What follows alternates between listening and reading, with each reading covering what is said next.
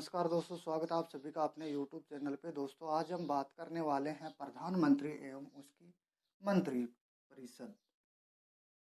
प्रधानमंत्री एवं उसकी मंत्री परिषद का उल्लेख हमारे संविधान के अनुच्छेद नंबर 74 एवं 75 में किया गया है। दोस्तों, देखते हैं अनुच्छेद नंबर 74। अनुच्छेद नंबर 74 के दो भाग हैं, 74(1) और 74(2)। देखते हैं 74(1). 74(1) में कहा गया है कि राष्ट्रपति को सलाह देने के लिए एक मंत्री परिषद होगी।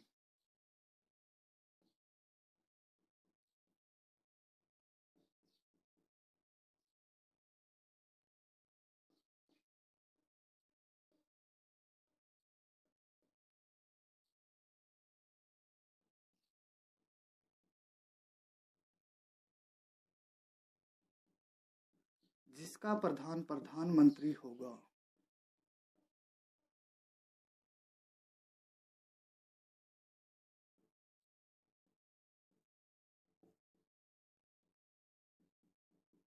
ये बात कही गई है दोस्तों अनुच्छेद नंबर 74(1) में। अब दोस्तों, मंत्री परिषद है वो कैसी संस्था है? तो दोस्तों, मंत्री परिषद है वो एक संवैधानिक संस्था है। संवैधानिक संस्था क्यों है? क्योंकि इसका उल्लेख हमारे मूल संविधान के अनुच्छेद नंबर 74(1) में किया गया है। दूसरा क्वेश्चन ये बनता है कि मंत्री परिषद का प्रधान कौन होता है? तो दोस्तों, प्रधान इसका प्रधानमंत्री होता है। अब परामर्श को लेकर यहाँ हमारे संविधान में दो चेंज किए गए हैं। पहला चेंज है वो किया गया है 42वें संविधान संशोधन 1976 में। इस संशोधन में कहा गया है कि मंत्री परिषद जो राष्ट्रपति को सलाह देती है वो राष्ट्रपति पे बाध्यकारी है। बाध्यकारी का मतलब है कि राष्ट्रपति उस सलाह को मानने के लिए बाध्य है। फिर दूसरा परिवर्तन किया गया 44वें संविधान संशोधन 1978 में। इस संशोधन में कहा गया कि मंत्री परिषद द्वारा जो सलाह दी जाती है उसे राष्ट्रपति एक बार वापस भेज सकता है, लेकिन अगर वही सलाह दोबारा दी जाती है तो राष्ट्रपति उसे मानने के लिए बाध्यकारी होता है। यानी दोबारा वही सलाह दी जाती है तो उसे राष्ट्रपति मानने के लिए बाध्य होगा। ये कहा गया है अनुच्छेद नंबर 74(1) में। अगला अनुच्छेद आता है दोस्तों 74(2). अनुच्छेद 74(2). इस अनुच्छेद में कहा गया है कि मंत्री परिषद द्वारा दी जाने वाली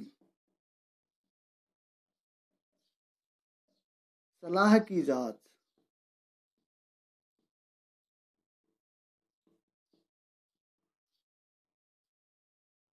सुप्रीम कोर्ट नहीं कर सकता। यानी ये उसके क्षेत्राधिकार से बाहर का मामला है। यानी जो भी सलाह है हमारी मंत्री परिषद ने हमारे राष्ट्रपति को दी है, उस सलाह की जांच है वो सुप्रीम कोर्ट नहीं कर सकता, क्योंकि ये सुप्रीम कोर्ट से बाहर का मामला होता है। तो ये क्वेश्चन पूछा गया है दोस्तों एग्जाम में। याद रखना है कि अनुच्छेद 74(2) में कहा गया है कि मंत्री परिषद द्वारा दी जाने वाली सलाह की जांच है वो सुप्रीम कोर्ट नहीं कर सकता है। इससे आगे अनुच्छेद आता है 75 यानी 75। दोस्तों, इस अनुच्छेद में मंत्रियों के बारे में विशेष उपबंध दिए गए हैं।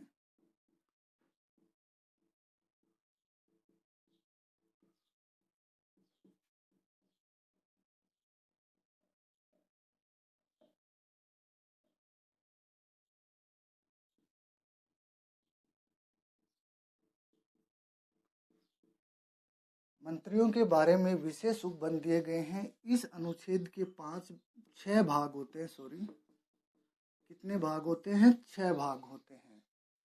अब देखते हैं अनुच्छेद नंबर 75(1)। इस अनुच्छेद में कहा गया है कि राष्ट्रपति प्रधानमंत्री की नियुक्ति करता है।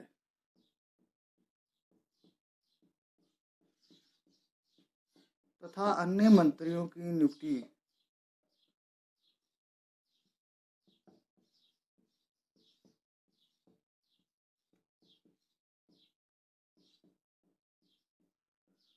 प्रधानमंत्री की सलाह से करता है।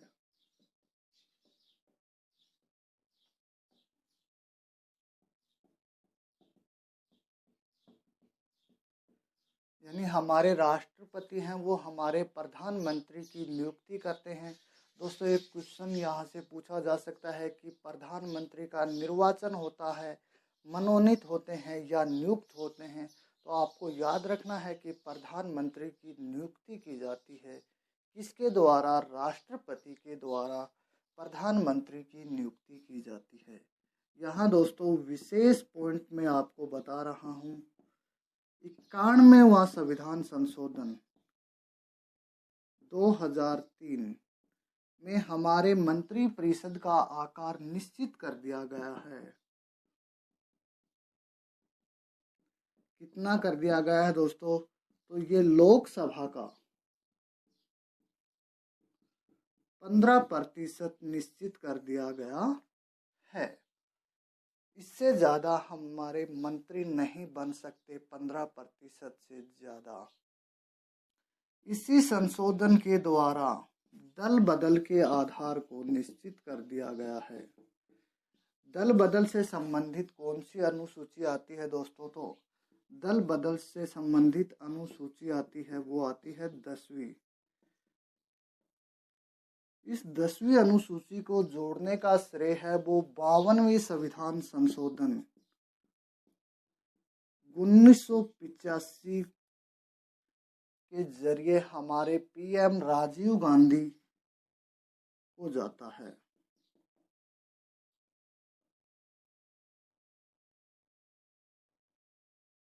ये था अनुच्छेद नंबर 75(1). अब चलते हैं दोस्तों अनुच्छेद नंबर 75(2) और 75(3) की तरफ। इन दोनों अनुच्छेदों को हम समांतर क्रम में देखते हैं। अनुच्छेद नंबर 75(2) और 75(3). 75(2) में मंत्रियों की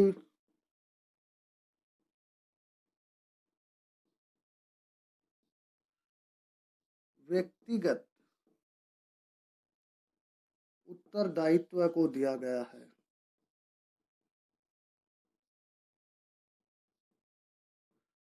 यहाँ 75(3) में मंत्रियों के सामूहिक दायित्व को दिया गया है। मंत्रियों का व्यक्तिगत दायित्व है वो हमारे राष्ट्रपति के प्रति होता है।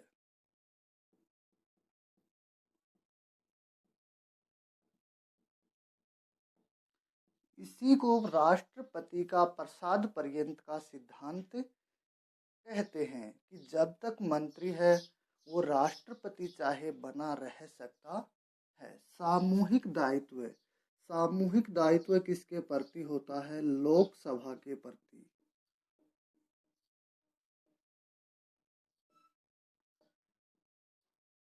यानी किसी भी मंत्री, एक लोकसभा के एक मंत्री के खिलाफ भी अविश्वास प्रस्ताव पारित हो जाए तो संपूर्ण मंत्रिमंडल को क्या करना पड़ सकता है? इस्तीफा देना पड़ सकता है। तो ये था दोस्तों मंत्रियों का सामूहिक दायित्व। इससे आगे वाला अनुच्छेद आता है अनुच्छेद नंबर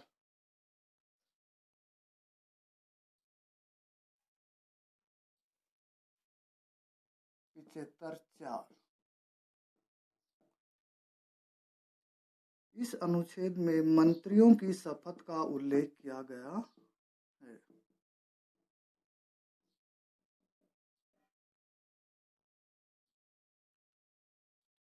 मंत्री है वो किस प्रकार की शपथ लेते हैं, तो वो दो प्रकार की शपथ लेते हैं। कौन कौन सी? एक शपथ लेते हैं पद की, दूसरी गोपनीयता की। मंत्रियों की शपथ का उल्लेख है वो हमारे संविधान की अनुसूची नंबर 3 में दिया गया है। इससे आगे वाला अनुच्छेद आता है अनुच्छेद नंबर 75(5). इसमें कहा गया है कि कोई व्यक्ति अधिकतम 6 माह तक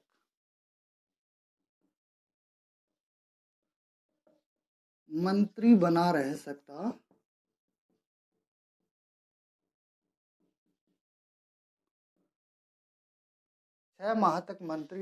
सकता है, लेकिन उसे उस 6 माह में संसद के किसी भी सदन से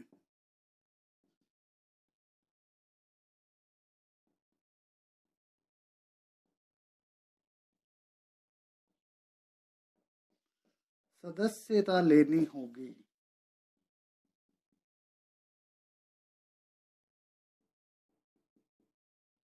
वरना उसे मंत्री पद से हटा दिया जाएगा। इस बात का वर्णन किया गया है अनुच्छेद नंबर 75(5) में। अगला अनुच्छेद आता है दोस्तों अनुच्छेद नंबर 75(6).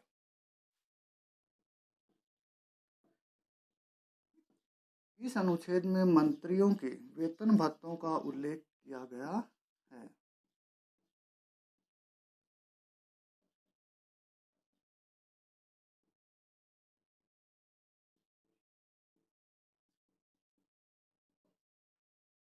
मंत्रियों के वेतन भत्ते हैं वो कौन निर्धारित करता है? तो दोस्तों निर्धारित करता है संसद। मंत्रियों के वेतन भत्तों का उल्लेख है वो हमारे संविधान की अनुसूची नंबर 2 में किया गया है। संसद ही इनके वेतन भत्तों में वृद्धि कर सकती है, विधानमंडल को ये अधिकार नहीं होता है। और इनका वर्णन किया गया है अनुसूची नंबर 2 में। तो दोस्तों ये टॉपिक आपको कैसा लगा कमेंट बॉक्स में कमेंट करके ज़रूर बताएं, एवं चैनल को शेयर और सब्सक्राइब करना ना भूलें।